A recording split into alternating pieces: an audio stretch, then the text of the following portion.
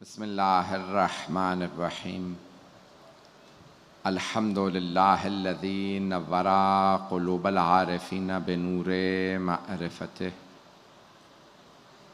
واثبت فؤاد انبیائہ واولیائہ بقصص الانبیاء والمرسلین واکمل ایمان المسلمین والمؤمنین بولایت علی امیر المؤمنین علیہ السلام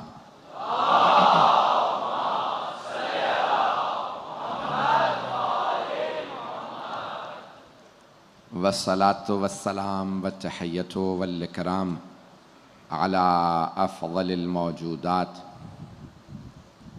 العبد المؤید والرسول المسدد المصطفى الامجد المحمود الاحمد اعنی ابا القاسم محمد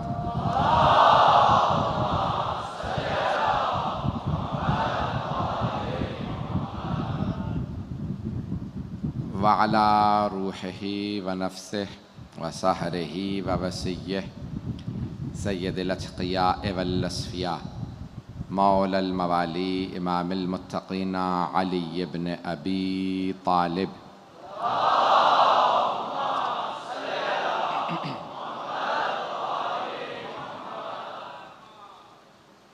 وعلی اوصیائہ لا سیما بقیت اللہ فی الارضین روحی وارواح العالمین لتراب مقدمہ الفدا واللعنة الدائمة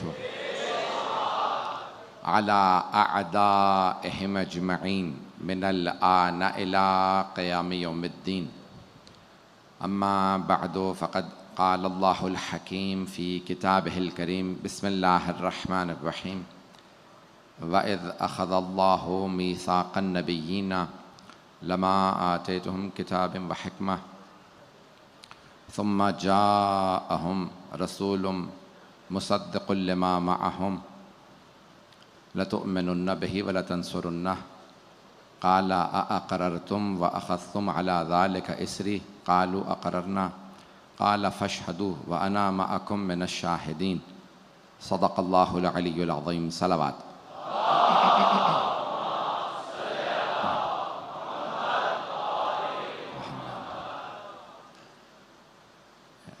اس سے پہلے کہ میں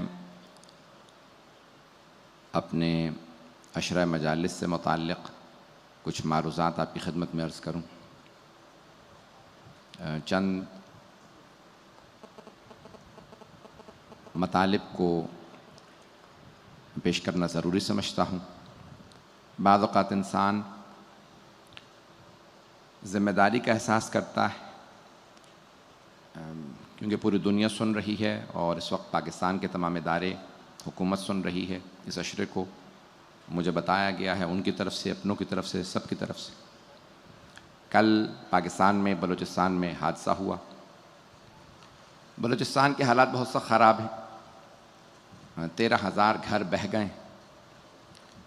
حکومت اور ریاست کی ذمہ داریوں میں سے ایک ذمہ داری ہے کہ رعایا کا خیال رکھے، اور جب آفاقی عرضی سماوی آفات آ جائیں تو اس میں رعایا کی حفاظت اور رعایا کی نگہداشت، ان کی بہبودی کا خیال رکھنا یہ حکومت کی ذمہ داریوں میں،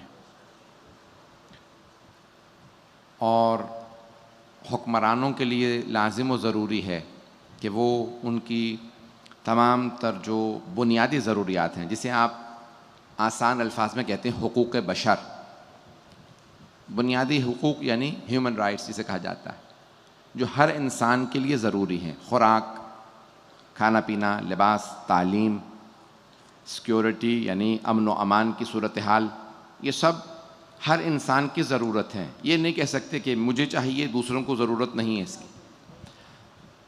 اگر آپ کسی کو انسان نہیں مانتے تب بھی انسان ہونے کے ناطے آپ کو وہ حقوق انہیں دینے پڑتے، اگر آپ انہیں اپنے جیسا نہیں بھی سمجھتے تب بھی آپ کو ان کو وہ حقوق دینے پڑتے ہیں۔ اگر کوئی ہمیں اپنے جیسا نہیں بھی سمجھتا تب بھی اس پہ لازم و ضروری ہے کہ میں دو پیر پہ چلتا ہوں، میری بھی 2 آنکھیں ہیں، میرے بھی 2 ہاتھ ہیں، میری بھی ایک زبان ہے، میرا بھی خون سرخ ہے، اگر آپ پسند نہیں بھی کرتے کسی بھی وجہ سے، تب بھی میرے بھی وہی حقوق ہیں جو باقی انسانوں کے.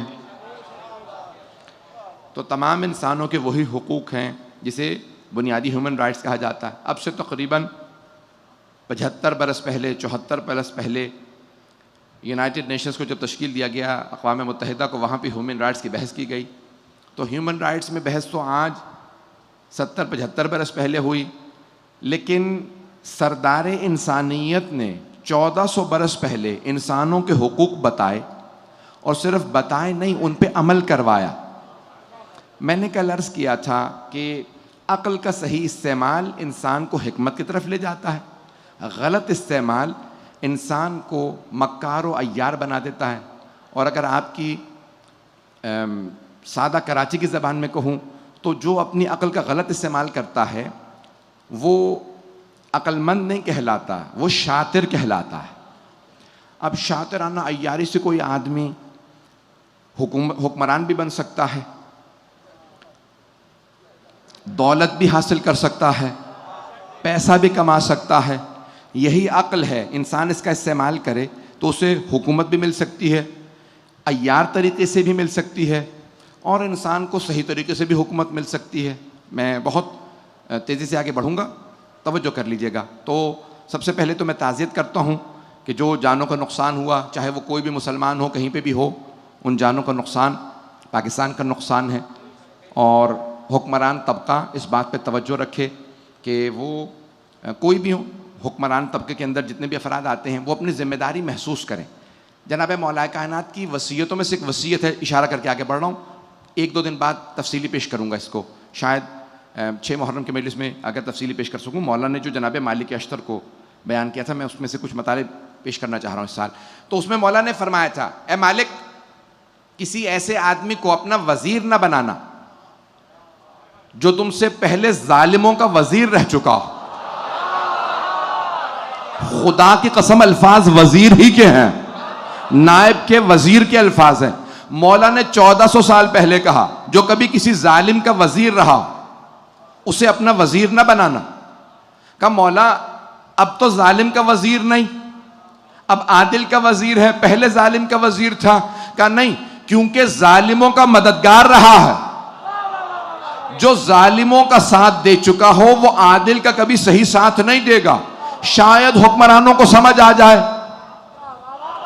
پاکستان میں بھی بحثیں چل رہی ہیں کہ صادق و امین کو حکومت میں لاؤ، جو سابقہ مکار رہا ہو، چور رہا ہو، چکار رہا ہو. ہم کسی پارٹی کے مخالف نہیں ہیں، ہر پارٹی میں چوروں کے مخالف ہیں. گھبرا کے سنیں گے حضرات، اب میں بول رہا ہوں تو میں بولوں گا. تو عزیزان گرامی، ہم ہر پارٹی میں اگر کوئی کرپٹ ہو ہم اس کے مخالف ہیں. حکمت کیا ہے پیش کر رہا ہوں. حکمت یہ ہے، سن لیجئے گا، اس کی وضاحت کروں گا. میں نے جو کل پیش کیا تھا اس کو ایک دفعہ سن لیجئے، اختتام مجلس میں نے کہا تھا آج جاری رکھوں گا. عقل کا صحیح استعمال، صحیح معلومات اور حکمت اندر سے آتی ہے. لفظ آیا قلب، دل سے. حدیث نبوی پیش کر رہا ہوں اور مجھے پورا احساس ہے کہ ہر فرد یہاں پہ بہت توجہ سے سن رہا ہے، اور مجھے بتایا گیا کہ آپ گھنٹوں پہلے آ کے بیٹھتے ہیں. معذرت کے ساتھ جو پیش کروں گا اگر بات پہنچ جائے تو آپ کی دعاؤں کا محتاج ہوں. عزیزان گرامی، دل سے آئے. سرور کائنات کی حدیث ہے، من اخلص للہ 40 صباحا، جو بھی آدمی 40 دن مسلسل کوئی بھی کام خلوص سے انجام دے، یفتح اللہ ابواب الحکمت من قلبہ الی لسانہ، تو اللہ حکمت اور دانائی کے تمام دروازے اس کے دل سے اس کی زبان پہ جاری کر دیتا. اگر کوئی 40 دن خلوص سے کسی کام کو انجام دے تو حکمت پھر دل میں نہیں رہتی، زبان سے ظاہر ہونے لگتی ہے. لیکن اگر اس کی نیت میں کھوٹ ہو، نیت خراب ہو، تو کبھی بھی زبان پہ حکمت نہیں آئے گی. جتنا مرضی ذہین ہو، عقل آ جانے سے حکمت نہیں آتی.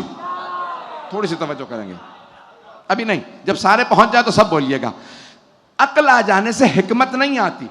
بہت سے افراد عقل استعمال کرتے ہیں، حکومت لے لیتے ہیں، لیکن کیونکہ حکمت نہیں ہوتی، حکمت پاک چیز ہے، تو کیا کرتے ہیں؟ حکومت میں آنے کے بعد وہ اپنے تمام مد مقابل اپوزیشن کو کمزور کرتے ہیں، ان کو کمزور کرنے کی کوشش کرتے ہیں. کیوں؟ کہیں حکومت نہ چلی جائے، جس سے خطرہ ہو. نہیں ہے میرے بچے، میرے بھائی سب سنیں گے، جب انسان حکومت میں آتا ہے نا، کوئی بھی حکمران، تو وہ کہتا ہے مجھے حکومت کو دوام دینے کے لیے عقل لڑانی پڑے گی. عقل لڑائے گا اور کوشش کرے گا اپوزیشن میں جو ہے اسے کمزور کیا جائے، جو اپوزیشن میں اسے کمزور کیا جائے. اگر اس کی کوئی فیکٹری ہے تو چھین لو، باغ ہے تو چھین لو،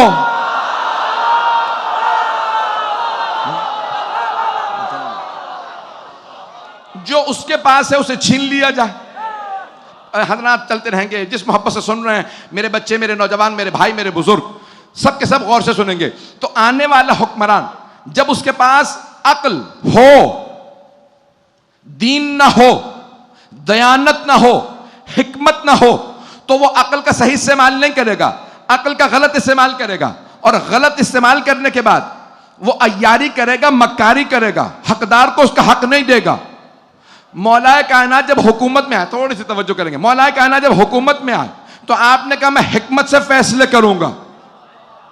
اور آپ نے پہلا جو خطبہ دیا مسجد نبوی پہ، آپ نے فرمایا سن لو، عدل کی حکومت قائم ہو گئی ہے، جو کچھ بیت المال سے چھینا گیا میں واپس لوں گا. دیکھیں دعوے بہت سے لوگ کرتے ہیں، عمل درآمد کرانا بڑا مشکل ہوتا ہے. ہر آدمی کہتا ہے چوروں کو سزا ملے گی، لیکن چوروں کو سزا دلانا بڑا مشکل ہوتا. میں کسی پہ پاکستان میں نہیں پڑھ رہا ہوں، میں تو اپنی مجلس پڑھ رہا ہوں، میں پاکستان پہ نہیں پڑھ رہا ہوں، میں پاکستان کے حالات پوری طرح سے نہیں جانتا، تو میں اپنی مجلس پڑھ رہا ہوں، مجمع میرے ساتھ رہے گا. ہر آدمی کہتا ہے حکومت میں آنے والا میں ہر چور کو سزا دوں گا جس نے کچھ بھی بیت المال سے لیا ہو. بیت المال ٹریجری، حکومت کے پیسے، اسے بیت المال کہا جاتا. پاکستان کا قومی خزانہ، آپ کی زبان میں ترجمہ کر دیا میں نے، قومی خزانے سے جو جس نے لیا ہوگا واپس لوں گا. مولا کائنات نے فرمایا جو جس نے بیت المال سے لیا ہے میں واپس لوں گا. آپ نے فرمایا مجمع سے، مسجد نبوی میں، نہج البلاغہ اٹھا کے دیکھ لیجئے، اگر تم میں سے کسی کے باپ نے بیت المال سے تمہاری ماں کا حق مہر ادا کیا قومی خزانے سے، میں وہ بھی واپس لے لوں گا. تو کسی نے لیا ہوگا نا.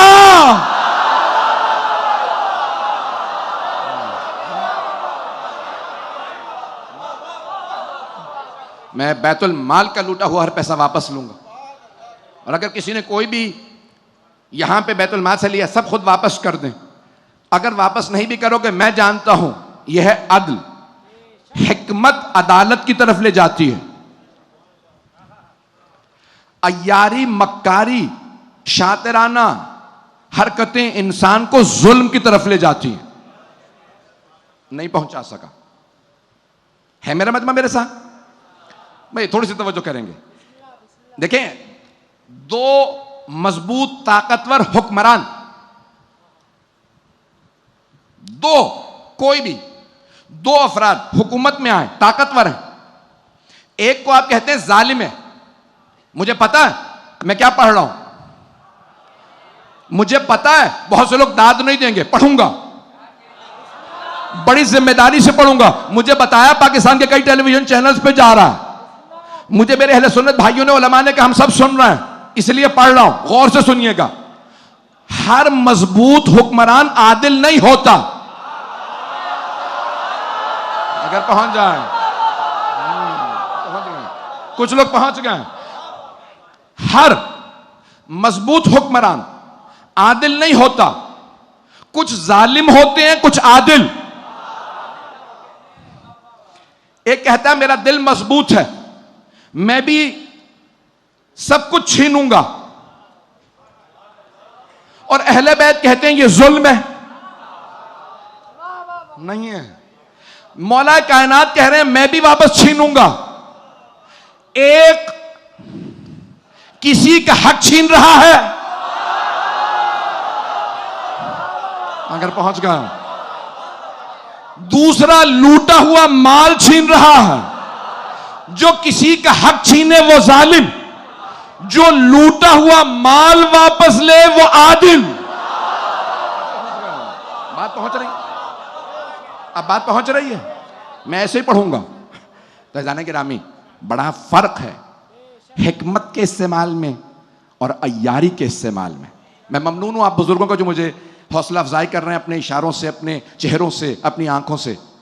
تو جانے گرامی سن لیجئے گا, میرے بچے, میرے بھائی, پورا پاکستان جہاں جہاں سن رہا ہے. مجھے آج اتنے میسیجز آئے کہ نہیں ہندوستان میں آپ کو سن رہے ہیں, پورے یورپ میں سن رہے ہیں, افریقہ میں سن رہے ہیں, پورے مڈل ایسٹ کے اندر. میں اسی لیے بڑی ذمہ داری سے کچھ جملے پیش کر رہا ہوں موجودہ حالات کے تناظر میں, جہاں اس وقت حکومتیں خون چوس رہی ہیں. مولا کائنات سے آپ نے اکثر سنا ہوگا پیوند لگے لباس, مولا کی ابا میں پیوند لگے تھے. سنا ہے؟ ہاں ہوں کریں. مولا کے جوتوں کے اندر پیوند تھے, آپ نے گانٹ رکھا تھا. ابا قبا پرانی تھی. سوال, کیا مولا غریب تھے؟ توجہ, سردار کے بیٹے تھے. حضرت ابو طالب سردار تھے, حضرت خدیجہ ملکۃ العرب تھے. توجہ, وہ افراد جو بیت المال سے لوٹ کے غنی ہو جائیں اور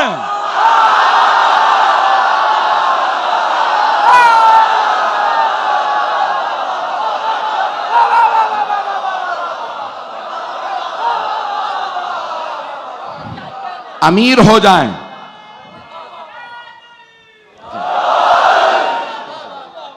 توجہ ہے کہ میرے ساتھ, مجمع ہے میرے ساتھ, امیر ہو جائیں. میں نے عربی کا لفظ استعمال کر دیا, میں آپ کی زبان میں سمجھا دوں. جو دولت مند بن جائے, کیسے اندازہ ہوگا؟ حکومت میں آنے سے پہلے کچھ نہیں تھا, حکومت میں آ کے سب کچھ آ گیا.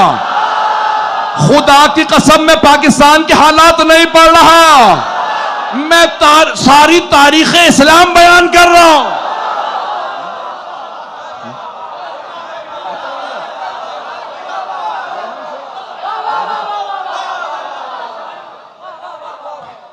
جانے کے رامی, ظلم میں اور عدل میں بڑی شباہت ہوتی ہے. بعض اوقات نہیں پہنچا سکا, مماثلت ہوتی ہے, بہت ریزمبلنس ہوتی ہے. حکمت کو انگلش میں کہتے ہیں وزڈم, دانائی. اب ایک آدمی کہہ رہا ہے بھائی اتنا ذہین تو ہے, حکومت چھین لی, آنے کے بعد پورا بینک اپنے گھر لے گیا, تلاش کرنے پہ آج تک کچھ مل ہی نہیں رہا. آپ کہہ رہے ہیں عقل مند نہیں ہے. بھائی یہی تو ہم سمجھانا چاہ رہے ہیں, عقل کا غلط استعمال عقل مند نہیں بناتا, عیار بناتا.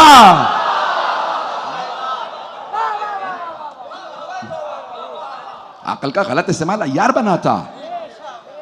میں محبتوں کے آپ کے ممنون ہوں کہ میرے اتنے سخت جملوں پہ آپ مجھے اتنی محبت سے دیکھ رہے ہیں. جانے گرامی, تو پوری دنیا کے اندر اصول یہ ہے. آئیں ذرا تاریخ پیش کروں. نام سن رکھا ہے آپ نے فرعون کا؟ فرعون ایک تھا قارون. فرعون کے پاس حکومت تھی, قارون کے پاس دولت تھی, حامان ملا تھا. مجھے یہی بتایا کراچی والوں نے. کلرجی کہہ لیں, انگریزی میں کہتے ہیں کلرجی, عالم دین اپنے مذہب کا. میں پورا آپ کے سامنے تاریخ کا پس منظر پیش کر رہا کہ دیکھیں سرور کائنات جناب موسیٰ کے لیے قرآن میں آیت ہے, انا ارسلنا موسیٰ, ہم نے کیا کیا؟ موسیٰ کو بھیجا. کہاں پہ؟ 3 طبقات کی طرف. کون کون؟ فرعون, حامان, قارون. ان 3 کا نام اللہ نے بتایا. انا ارسلنا الیکم رسولا کما ارسلنا الی فرعون رسولا. اے مکے والو, جیسے ہم نے فرعون کے پاس رسول بھیجا تھا نا, ہم نے تمہارے پاس بھی ایک رسول بھیجا. حضرت جناب موسیٰ علیہ السلام کو بھیجا کہ جیسے ہم نے فرعون کے پاس ایک رسول کو بھیجا تھا, مکے والو تمہارے پاس بھی رسول بھیجا. توجہ, وجہ شباہت جناب موسیٰ اور رسول خدا میں نہیں ہے. نہیں ہے لوگ. اللہ یہ نہیں کہہ رہا جیسے ہم نے موسیٰ کو بھیجا تھا ویسے ہم نے محمد کو بھیجا. کہہ رہے او مکے والو, جیسے ہم نے فرعون کے پاس رسول بھیجا تھا ویسے ہی تمہارے پاس بھیجا. محمد موسیٰ جیسے نہیں ہے. او مکے والوں تم فرعون جیسے ہو.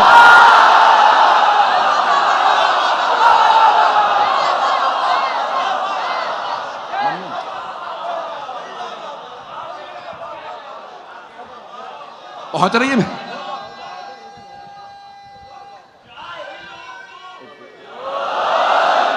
رضوان گرامی، اب اللہ فرما رہا ہے کہ جیسے مکے والوں، جیسے ہم نے فرعون کی طرف ایک رسول بھیجا تھا، ہم نے تمہاری طرف بھی ایک رسول بھیجا. پھر اللہ نے فرمایا ہم نے موسیٰ کو فرعون، حامان، قارون کی طرف بھیجا.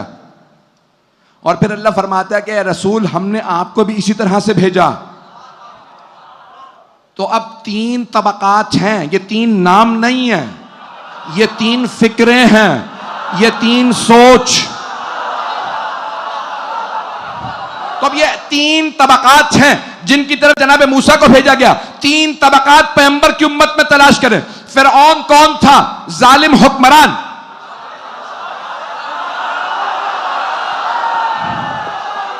حکومت تھی اس کے پاس یا نہیں تھی؟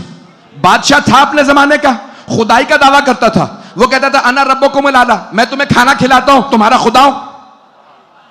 اسے پیسے پہ، حکومت پہ ناز تھا، کرپٹ تھا. کرپٹ حکمران فرعون. دوسرا تھا کرپٹ ملا.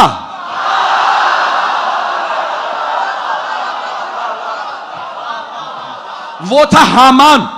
تیسرا تھا کرپٹ سرمایہ دار، وہ تھا قارون. پیسے والا تھا، سرمایہ دار تھا. تو 3 معاشرے کے 3 طبقات پیش کر رہا ہوں. پورا پاکستان، پوری دنیا سن رہی ہے. میں پاکستان کے تمام لوگوں کو بتا رہا ہوں. 3 طبقات ذہن میں رکھیے، کبھی انہیں تسلیم نہ کیجئے گا. نہ کبھی ظالم حکمران تسلیم ہے، نہ کبھی کرپٹ ملا تسلیم ہے، اور نہ ہی کبھی ہمیں کوئی کرپٹ سرمایہ دار. کرپٹ سرمایہ دار پیسے کے زور پہ کام لینے والا، کام کرانے والا، ہر کام پیسے کے زور پہ. سرمایہ داری نظام، اسے کہتے ہیں انگریزی میں کیپٹلزم. یہ سرمایہ داری نظام ہے. پیسے والا اس کا پیسہ بڑھتا رہتا ہے، غریب تر ہوتا ہے. پیسے والا ہو جاتا، اور زیادہ پیسہ ہو جاتا ہے. امیر تر، غریب تر. یہ طبقاتی نظام جس کی رسول خدا نے مخالفت کی، اگر آج ہم رائج کریں یا اس کا حصہ بنے، اس کا پارٹ بنے، جز بنے، تو تینوں طبقات کی اسلام نے مخالفت کی ہے. اگر حکمران کسی بھی پارٹی کا ہو، میں کسی پارٹی کی حمایت نہیں کرتا، کسی پارٹی کی مخالفت نہیں کرتا، کسی پارٹی کے کسی حکمران کو نہ کبھی میں نے گالی بکی ہے اور نہ کبھی میں نے کسی کی حمایت کی. اسے ووٹ دو، اسے گرا دو، یہ آئے جائے جو مرضی ہو.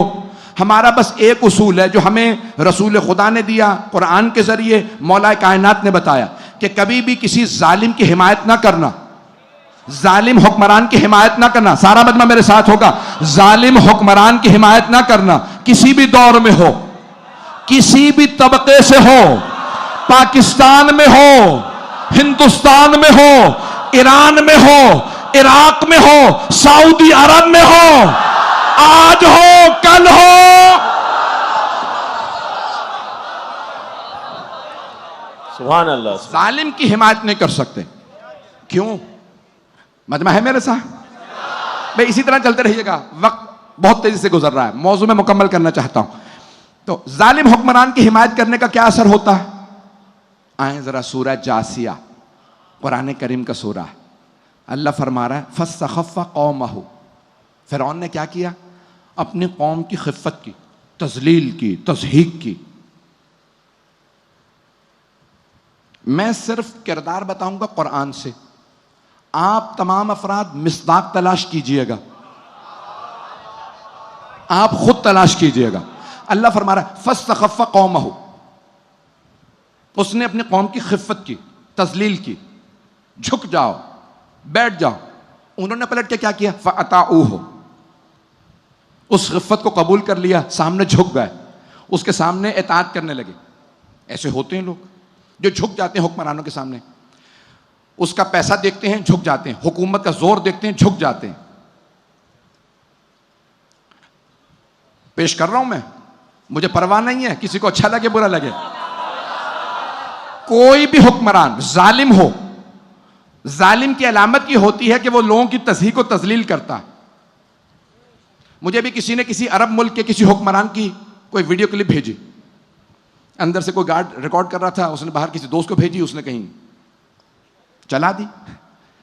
تو ان سے کہہ رہے ہیں کہ حکمران صاحب, اب میں اور تو کچھ کہہ نہیں سکتا, ایک آدمی آپ کا ہاتھ چومنے آیا, کہا میں تنگ آ گیا ہوں, لوگ ہاتھ چومنے آتے ہیں میرے, بلاؤ جلدی ہاتھ چومے جائے.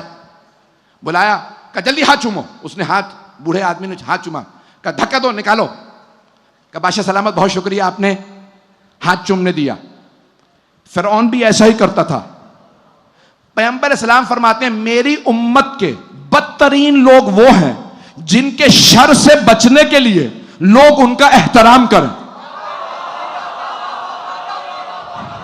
جسے لوگ صبح شام سلام کریں, ارے سلام نہ کیا تو ظلم ہوگا, یہ تذلیل کرے گا. تو تاریخ میں ایسے ہیں نا جنہیں لوگ سب کچھ مانتے تھے, ظلم کی وجہ سے نہ مانتے تو گلے کٹتے.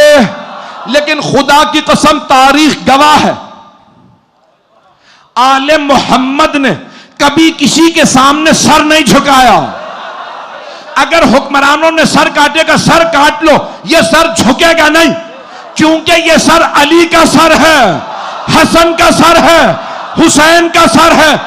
اب ہمارے سر تو اتنے بلند نہیں, یہ سر علی رضا کا سر ہے, علی کا سر نہیں. لیکن کیونکہ علی کے سامنے جھک گیا, اب علی کے دشمن کے سامنے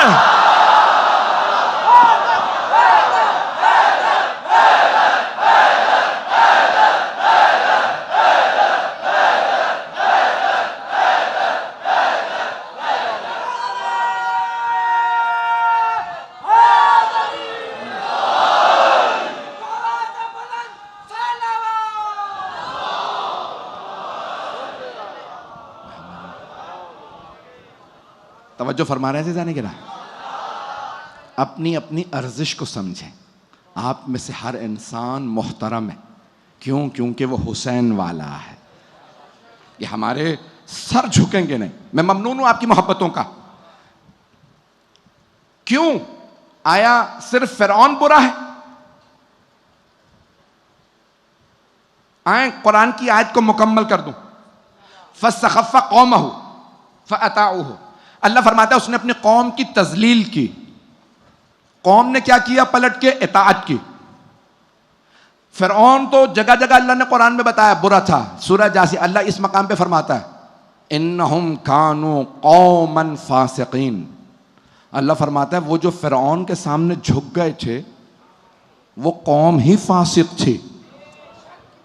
جو کسی زمانے کے ظالم کو تسلیم کر لیں تو آیا وہ صرف ظالم برا ہے؟ وہ ظالم حکمران برا صرف نہیں, وہ ظالم حکمران تو برا ہے ہی. وہ قوم جو یزید کو پیشوا تسلیم کر لے اور یزید جیسوں کو اپنا حاکم تسلیم کر کے سر تسلیم ہو جائیں, کہیں یہ ہمارا حاکم, یہ ہمیں قبول, یہ ہمارا پیشوا, یہ ہمارا امام, یہ ہمارا خلیفہ, یہ ہمارا حاکم, یہ ہمارا صدر, یہ ہمارا وزیر اعظم, یہ ہمارا بادشاہ. اللہ کہہ رہا ہے وہ صرف وزیر اعظم یا وہ صدر اکیلا برا نہیں, وہ قوم فاسق ہے جو یزید جیسے کو مانے, چاہے 61 ہجری میں مانے.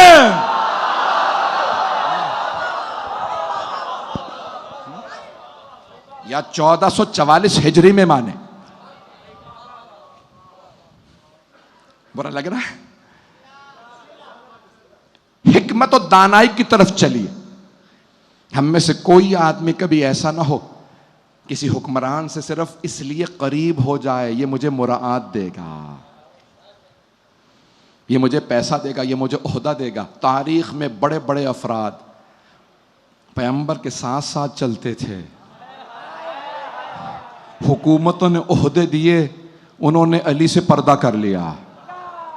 کہا کہیں ایسا نہ ہو علی کا چہرہ دیکھنا پڑے تو ہم علی کے سامنے شرمندہ ہوں. عزیزان گرامی, اتنا کردار نہ گر جائے انسان کا کہ پھر جناب مولا کائنات کا سامنا نہ کر سکے.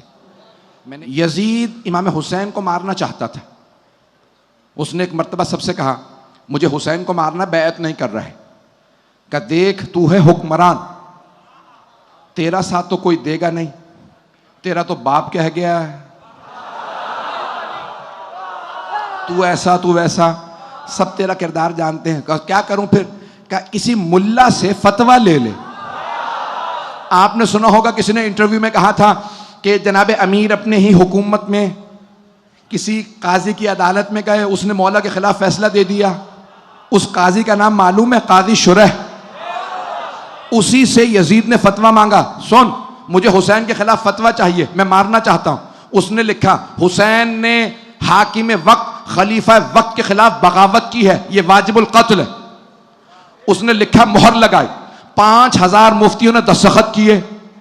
حاکم مار ہی نہیں سکتا تھا جب تک کہ کرپ ملا فتویٰ نہ دے. پتہ نہیں لوگ ہیں یا نہیں ہیں.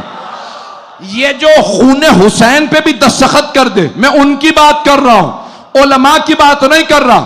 جو دربار کی خاطر, حکومت کی خاطر, سکوں کی خاطر, عہدے کی خاطر اپنا دین بیچے, دین فروش ہو, ایسے کو اللہ نے کہا یہ حامان جیسا جو موسیٰ کے خلاف فتویٰ دے. علامہ اقبال نے کہا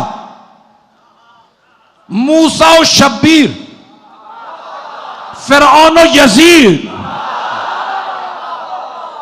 بھئی فارسی کا شعر ہے نا, علامہ اقبال نے کہا موسیٰ شبیر اور فرعون و یزید یہ ایسی دو قوتیں ہیں جو ہر دور میں آتی رہتی ہیں, بس شناخت کا فرق ہے.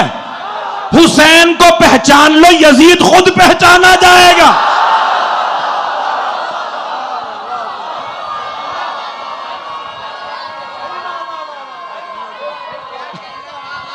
حیدری, حسینیت, حسینیت, یزیدیت, یزیدیت, نعرہ حیدری, حیدری, حیدری, بر محمد و آل محمد صلوات, صلی علی محمد و آل. توجہ فرمائی دینے کے نام. تو دانائی انسان کو اگر حکومت میں بھی ہو تو عدالت سکھاتی ہے, اور شاطرانہ عیاری انسان کو ظالم بنا دیتی ہے. اور اگر علم دین بھی انسان سیکھ لے, عالم بن جائے, حکمت نہ ہو تو صدقے کا ڈبہ چرائے گا, جھوٹے فتوے دے گا, جائیں نمازیں چرائے گا. اتنا ہی نہیں کرے گا, اگر کربلا پہنچ جائے تو نعرہ تکبیر بلند کرے گا اور حسین کو تیر مارے گا, خنجر چلائے گا. اگر حکمت نہ ہو, عیاری ہو, تو انسان امام کو دیکھ کے بھی کرپٹ رہے گا. تیسرا طبقہ سرمایہ داری. میں اس کو کل مکمل کروں گا, وقت نہیں رہا, میں اتنا تفصیل میں جانا نہیں چاہ رہا تھا, جاری رکھوں گا کل. اور اگر حکمت ہو, دل پاک ہو, اور انسان کہیں غلطی سے لشکر یزید میں چلا جائے تو وہاں سے بھی توبہ کر کے حسین ابن علی کے قدموں میں آ جائے گا. آپ پہنچ گئے ہوں گے. تاریخ میں حضرت حر سے متعلق ملتا ہے. 2 محرم کو حضرت حر جب مولا حسین کا قافلہ پہنچا, اور آپ کی سواری جو آپ کے نانا کی سواری تھی, وہ سفید براق مانند سواری, گھوڑا رک گیا. مولا جانتے ہیں کہ یہ عام سواری نہیں, یہ میرے جد رسول خدا کی سواری ہے. دنیا کو سمجھانا چاہ رہے ہیں. فوراً سوال کیا, اس سرزمین کا نام کیا ہے؟ کسی نے کہا نینوا. مولا نے کہا نہیں, کوئی اور نام بھی ہوگا. کہا غازریہ. کہا نہیں, کوئی اور نام. کرتے کرتے 7 نام بتائے گئے. آخر میں کسی نے کہا یہ ہے کرب و بلا. تو مولا حسین علیہ السلام نے فرمایا انا للہ و انا الیہ راجعون. بس یہ رکنا تھا کہ جناب عباس مولا کی خدمت میں فوراً آئے. کہا مولا آپ کی بہن حضرت ام کلثوم فرما رہی ہیں عباس میرے بھائی سے کہو یہاں سے جلدی کوچ کر جائیں. نہ جانے کیا بات ہے میرا دل پھٹ رہا ہے. جب سے ہم یہاں آئے ہیں رکے ہیں میرا کلیجہ منہ کو آ رہا. بس بھائی اتنے میں ایک قافلہ آیا 1000 کا لشکر. ان کے چہرے لٹکے ہوئے تھے اور پیاس کے آثار تھے. سید الشہداء ساقی کوثر کے بیٹے. فوراً کہا عباس مشکیزوں کے منہ کھول دو. تفصیل میں نہیں جانا چاہتا. بس اب سب کو پانی پلایا. ایک محاربی قبیلے سے تعلق رکھنے والا آدمی کہتا ہے میں اتنی نکاحت و کمزوری محسوس کر رہا تھا کہ اونٹ کو بٹھا نہیں پا رہا تھا. میں نے دیکھا حسین مسند پہ بیٹھے ہیں خود ہی آگے بڑھے. ہاتھ میں کوزہ ہے. انہوں نے مجھے کوزہ دیا میرے اونٹ کو بھی پانی پلایا. وہ حسین جن سے دشمن کی پیاس برداشت نہ ہو انہوں نے اپنی چھوٹی سی بیٹی بی بی سکینہ کا العطش کہنا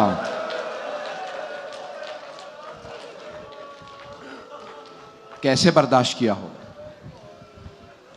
بس بھائی مولا نے سب کو پانی پلایا. جب پانی پلا دیا نا تو مولا نے ایک مرتبہ آواز دی. کہا ہور ظہر کا وقت ہونے والا تو اپنے لشکر کے ساتھ وہاں نماز پڑھ لے میں اپنے انصار کے ساتھ یہاں نماز پڑھ لوں. ایک مرتبہ حضرت حر نے دیکھا کم اے حسین آپ کے ہوتے ہوئے ہم الگ نماز پڑھیں گے ہم آپ کے پیچھے نماز پڑھیں گے. مولانا جانتے ہیں نا یہ میرے 7 شہید ہونے والوں میں سے ہے. مولا نے نماز پڑھائی.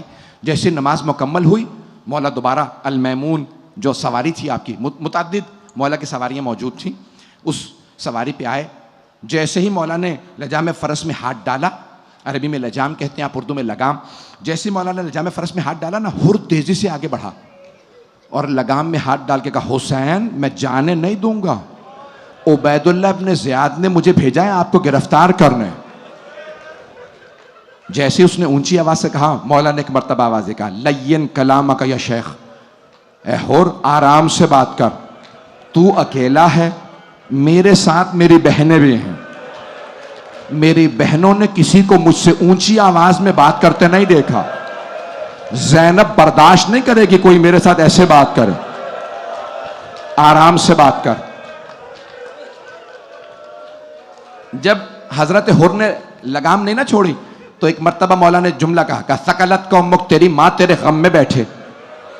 کچھ دیر تک حر غضب سے دیکھتا رہا. پھر ایک مرتبہ کہا حسین میں مجبور ہوں. مجھے اگر پورے عراق میں کسی نے کہا ہوتا نا کہ تیری ماں تیرے غم میں بیٹھے میری ماں کا نام لیا ہوتا میں یہی جملہ پلٹا دیتا. لیکن میں مجبور ہوں. آپ فاطمہ کے بیٹے ہیں. میں آپ کی ماں کا نام زبان پہ نہیں لا سکتا. علماء کہتے ہیں مولا نے کیوں کہا کیوں حر کی ماں کا نام لیا جبکہ جانتے ہیں یہ میرے انصار میں ہوگا. تو علماء کہتے ہیں اس لیے تاکہ حضرت حر کو یاد دلائیں حر سوچ کس پہ ہاتھ اٹھانے جا رہا ہے فاطمہ کے بیٹے پہ. 2 محرم سے حضرت حر نے سوچنا شروع کیا. 9 محرم کو حضرت حر گئے کس کے پاس عمر سعد کے خیمے میں اور ایک سوال کیا اے عمر سعد بس مجھے اتنا بتا دے کیا واقعاً کل جنگ ہوگی. عمر سعد نے کہا حر ایسی جنگ ہوگی ہم ان کے سر کاٹ دیں گے بازو قلم کر دیں گے لاشوں پہ گھوڑے دوڑا دیں گے. یہ جملہ سننا تھا. حضرت حر فوراً عمر سعد کے خیمے سے باہر آ گئے. اگر دیکھ سکے میری طرف تو دیکھیے گا نہیں تو آنکھیں بند کر کے کربلا چلیے. یہ جملہ سننا تھا حضرت حر کا. جانتے ہیں کیوں گئے تھے؟ ایک مرتبہ باہر آئے جناب حر کانپ رہے ہیں. ایک آدمی نے سوال کیا کہا حر اگر مجھ سے کوئی پوچھتا نا کہ لشکر یزید میں سب سے بہادر کون ہے تو میں تیرا نام لیتا. تو 72 سے ڈر گیا. تجھے نہیں پتا یہ 72 بھوکے پیاسے ہیں, انہوں نے کچھ نہیں کھایا. ہر ہماری اتنی بڑی فوج ہے, یہ بھوکے پیاسے ہیں, 72 ہیں, تو ڈر کیوں رہا ہے؟ میری طرف دیکھیے گا. حضرت ہر نے کہا میں ان 72 سے نہیں ڈرتا, مجھے حضرت سیدہ سے بڑا ڈر لگتا. میں جہنم میں نہیں جانا چاہتا, سیدہ کی بددعا نہ لگے.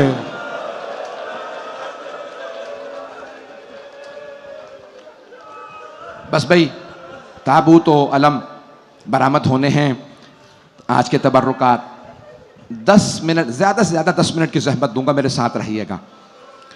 جناب ہر کانپ رہے ہیں, اور ایک مرتبہ جناب ہر کے سامنے سے ایک آدمی گزرا, اپنے گھوڑے کو لے جا رہا تھا. جناب ہر نے پوچھا کہاں جا رہا ہے گھوڑے کو لے کے رات کے اس پہر میں؟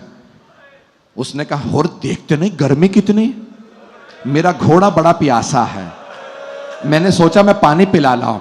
اب جناب ہر کے آنسو بہنے لگے, اور جناب ہر نے ایک مرتبہ کہا ہر جانور پانی پی رہے ہیں اور فاطمہ کی بیٹیوں کی آوازیں آ رہی ہیں, العطاش العطاش, ہائے پیاس ہائے پیاس.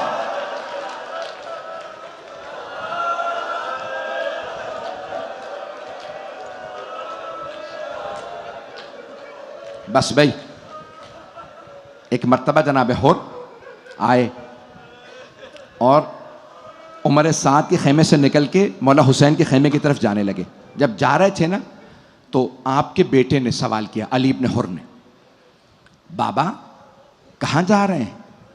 تو جناب ہر نے فرمایا بیٹا میں جہنم سے نکل کے جنت میں جا رہا ہوں. تو بیٹے نے کہا بابا جنت میں اکیلے جا رہے ہیں؟ کہا بیٹا اگر جنت میں جانا تو میرے ساتھ چلو, جنت حسین ابن علی کے پاس ہے.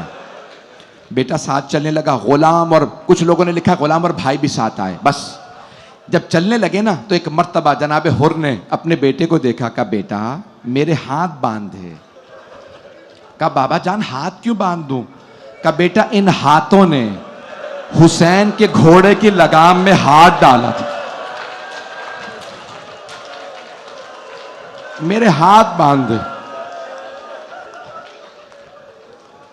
بیٹے نے ہاتھ باندھے, کچھ آگے بڑھے, پھر ایک مرتبہ کہا بیٹا میری آنکھوں پہ پٹی باندھ دے.